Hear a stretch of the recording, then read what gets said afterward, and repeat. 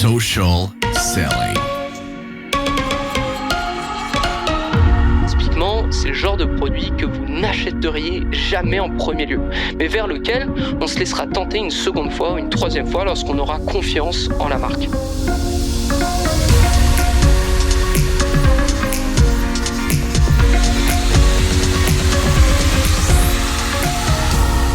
Bonjour à tous et bienvenue sur Social Selling, le podcast 100% Facebook Ads présenté par l'agence J7 Media. Je suis votre animateur, votre host Antoine Dalmas et on est parti pour une quinzaine de minutes ensemble afin de parler de nos derniers tests en publicité Facebook qui ont donné de bons résultats et que vous pouvez allègrement répliquer de votre côté.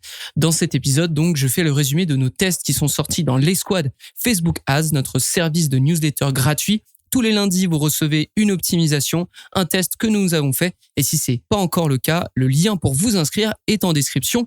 On commence sans plus tarder avec le tout premier test. De quoi sont faites les audiences sur Facebook ? Question peut-être un peu bête et pourtant, prenons immédiatement un exemple. Voilà, une audience avec un intérêt autour de la photographie. De par notre expérience et de par ce qu'on a pu lire à l'externe, l'audience se compose d'utilisateurs avec un intérêt pour la photographie. Mais au sein même de cette audience, il y a des sous-groupes. Des utilisateurs qui ont été rangés soigneusement par Meta selon leur utilisation de la plateforme, que ce soit Instagram ou Facebook. Si je commente ou que je like souvent une publication, j'aurai l'étiquette engagement. S'il m'arrive de cliquer sur des liens externes depuis une publicité ou même des posts, j'aurai l'étiquette trafic.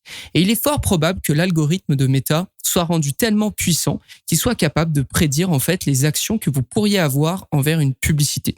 Bref, au sein même d'une audience, il y a des sous-audiences. Donc, imaginons la photographie, il y a la sous-audience photographie engagement, photographie trafic, etc., etc.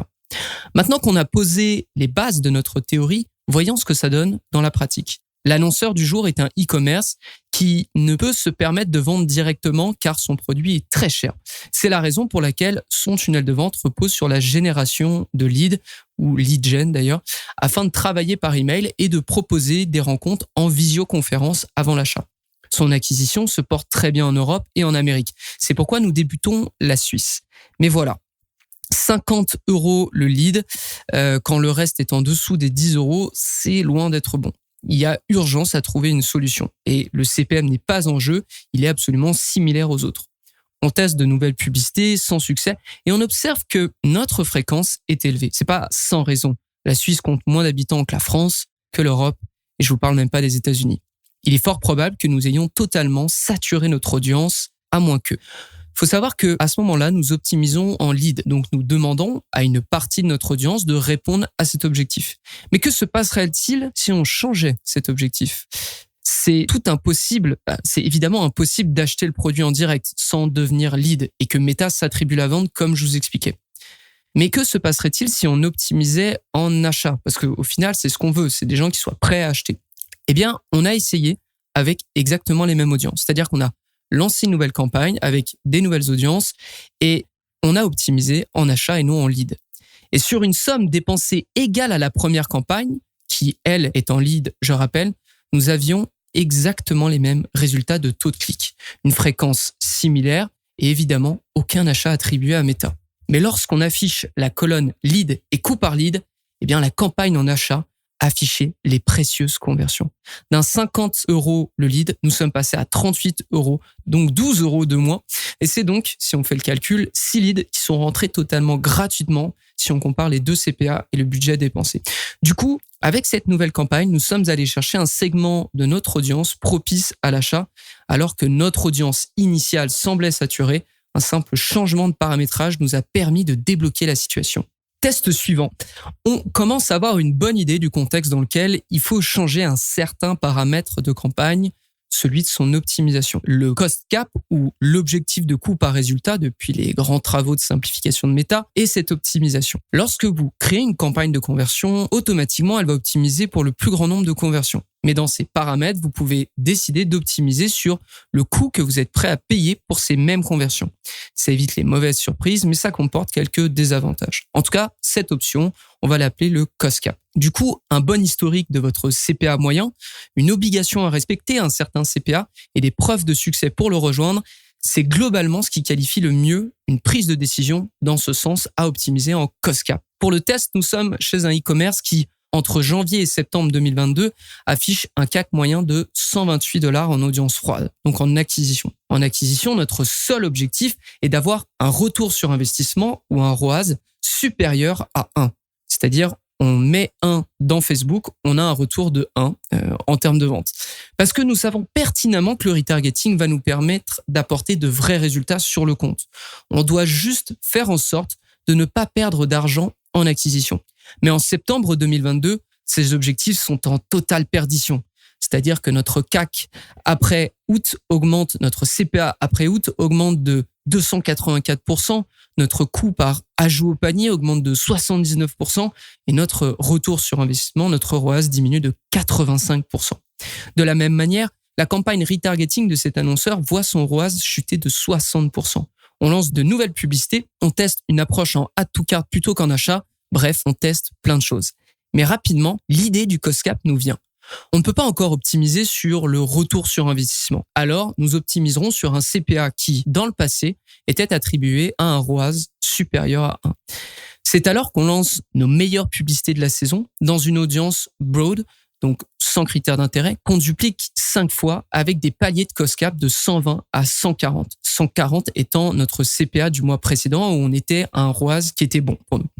Le tout en CBO afin de laisser Facebook trouver rapidement la meilleure audience, donc le meilleur palier de cost cap. Rapidement, Facebook nous envoie sur l'audience à $140 le coût par achat. Sur le mois, elle dépasse d'une dizaine de dollars, mais comme je vous explique, le ROAS est de nouveau au rendez-vous. Et ce qui est intéressant, c'est que au niveau du retargeting, les résultats sont revenus rapidement à la normale puisque l'acquisition était de nouveau efficace.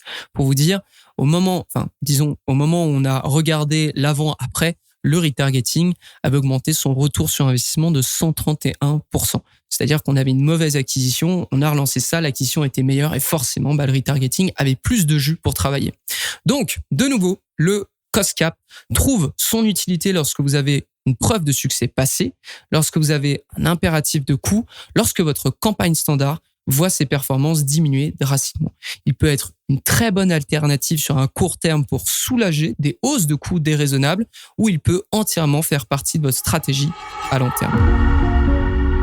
À tous les auditeurs du podcast Social Selling, j'ai une question pour vous. Aujourd'hui, est-ce que vos campagnes Facebook Ads fonctionnent à la hauteur de vos attentes? Est-ce que malgré les tests que vous faites, vous blâmez encore iOS 14 pour vos résultats à la baisse? Dans la dernière année, chez J7 Media, on a redoublé d'efforts dans nos tests et on sent une nette amélioration avec les campagnes de l'ensemble de nos clients. En plus de campagnes Facebook Ads, on a également amené à notre agence des services en publicité Google afin d'intégrer une approche multicanale à notre stratégie. Un département email marketing possédant la certification Platinum offerte aux agences premium chez Klaviyo. Un studio vidéo orienté sur la création de contenu natif et plusieurs autres services vous permettant d'accélérer votre croissance. Donc, si vous désirez un nouveau partenaire pour terminer l'année en force, on vous invite à vous rendre au www.j7media.com/social selling. Donc, je le répète, J, le chiffre 7, média au singulier.com, SOCIALSELLING, ou encore écrivez-moi directement en privé sur LinkedIn. Et je me ferai le plaisir de personnellement discuter avec vous afin de savoir comment on peut vous bâtir sur mesure une analyse de vos efforts actuels. De retour à l'épisode en cours. Test suivant. Le 24 octobre 2022, nous étions plus qu'heureux de retrouver une audience qui avait disparu depuis plus d'un an. Les acheteurs dans les 180 derniers jours. Non pas qu'elle n'était plus disponible dans Facebook Ads, mais l'utilisation qu'on en faisait n'apportait plus de résultats. Donc elle était un peu passée aux oubliettes en quelque sorte. Maintenant qu'on sait que l'audience est de nouveau accessible et rentable, il est temps d'utiliser pleinement. Et pour ce test, on se retrouve à nouveau chez un e-commerce. Ne vous inquiétez pas, ça va changer. Il va y avoir du lead gen à un moment. Chez un e-commerce qui vend des produits pour animaux. Ce qui est bien pour un e-commerce de ce genre, c'est que vous vendez autant des produits durables que des consommables. C'est-à-dire des produits, tout comme le café, qui se consomment et que l'on doit recommander par la suite. L'idée ici est de lancer, disons, un DPA ou un catalogue ad ou catalogue sales pour leur proposer de commander à nouveau un produit qu'ils n'ont plus, mais plutôt de trouver un nouveau produit à proposer. Parmi les produits qu'on trouve chez ce e-commerce, il y a une boîte mystère remplie de différents produit de la marque. Typiquement, c'est le genre de produit que vous n'achèteriez jamais en premier lieu, mais vers lequel on se laissera tenter une seconde fois ou une troisième fois lorsqu'on aura confiance en la marque. D'ailleurs, pour les utilisateurs de Shopify, j'aimerais vous introduire à un outil extrêmement simple pour trouver votre produit que j'appellerais de réactivation. Dans la partie analytique report, vous pouvez obtenir un tableau par produit et avec le filtre Customer Type, vous saurez quels sont les produits achetés la première fois lorsqu'on est un premier client et lorsque votre client revient pour un second achat, un troisième achat, etc. Et le produit le plus acheté la seconde fois pourrait être votre produit de réactivation. Mais revenons au test. Donc, on lance ces publicités, on cible uniquement les acheteurs dans les 180 derniers jours et on leur parle justement de ce produit en leur disant c'est le moment de venir le tester. Et la campagne a duré moins d'1 mois, mais elle nous a permis de relancer nos anciens acheteurs tout en leur faisant découvrir un produit qu'ils n'avaient pas du tout considéré, car il était loin d'être notre best-seller à ce moment-là. Et avec seulement $200 de dépensés, nous avons généré plus de $1 300, donc un ROAS attribué à 6,37. On remarque que par contre, le taux de première impression a chuté drastiquement, très rapidement, parce qu'évidemment, l'audience n'est pas assez importante pour continuer à long terme avec ce budget.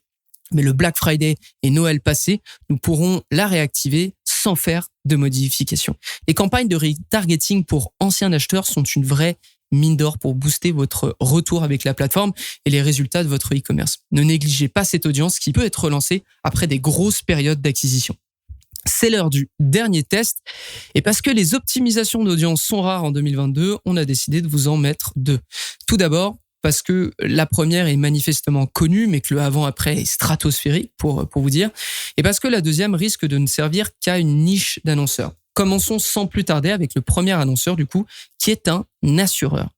Dernièrement, nous avons récupéré un assureur dont les leads sur Facebook lui coûtaient affreusement trop cher. Après analyse, on se rend compte de 2 choses. Tout d'abord, son taux de clic est faible pour de la conversion à même Facebook parce que oui, il est en lead ad.